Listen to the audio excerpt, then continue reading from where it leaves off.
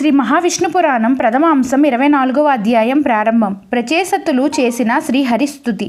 సర్వవాక్కులకు ఎక్కడ ప్రతిష్ట పర్యవసానమో అట్టి ఆదిమూర్తివి జగత్ప్రభువుని మొక్కెదము.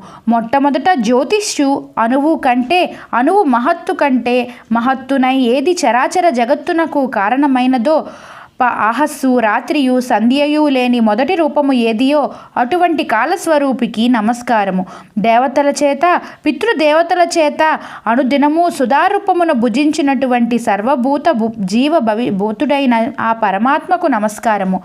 ఎవ్వడూ తీవ్ర రూపి అయి తన ప్రభలచే ఆకాశమును వెలిగించుచు చీకటిని చెండాడుడో చలికి జలములకు కారణమైన సూర్య స్వరూపికి నమస్కారములు. ఈ జగత్తునంతటిని కాఠిన్యము నుండి భరించునట్టి శబ్దాది గుణాశ్రయుడై వ్యాపించునట్టి భూమి స్వరూపి అయిన శ్రీహరికి నమస్కారము. జగత్ కారణము జీవులకు బీజము అయినట్టి ఉదక స్వరూపమైన ఈశ్వరునికి ఆ శ్రీహరిని బుద్ధి అందే నిలిపి నమస్కరించదము. దేహమునందు 5 రూపాలలో ఉండి కరచరణాలను చేత పని చేయించుకుని నట్టి వాయుస్వరూపుకి నమస్కారములు.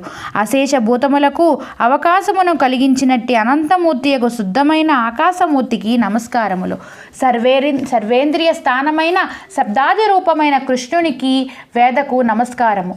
ఇంద్రియ రూపమై అక్షరమున కూడు అయి దేని విషయములను గ్రహించు జ్ఞాన మూలము అయిన వానికి శ్రీహరికి నమస్కారము. ఇంద్రియముల చేత విషయములను గ్రహించి ఆత్మకు అందించు అంతఃకరణ స్వరూపికి ఆ విశ్వాత్మునికి నమస్కారము. ఏ అనంతునియందు అనంత విశ్వము ఉన్నదో దేని నుండి సర్వము బయలవుడుతున్నదో ఏది లయస్థానము అటువంటి ప్రకృతి ధర్మికి నమస్కారము. శుద్ధుడైనను భ్రాంతి చేత గుణములు గలవాడి కనబడుచుండునో అటువంటి ఆత్మరూపునికి ఆత్మస్వరూపమునికి దేవునికి పురుషోత్తమునికి మొక్కుచున్నాను. అవికారుడు అజయుడు శుద్ధుడు నిర్గుణుడు నిరంజనుడు యొగు ఆ దేవునికి నమస్కరించుచున్నాను. ఆ పరబ్రహ్మ విష్ణువునకు పరాత్పరునికి మొక్కెదను.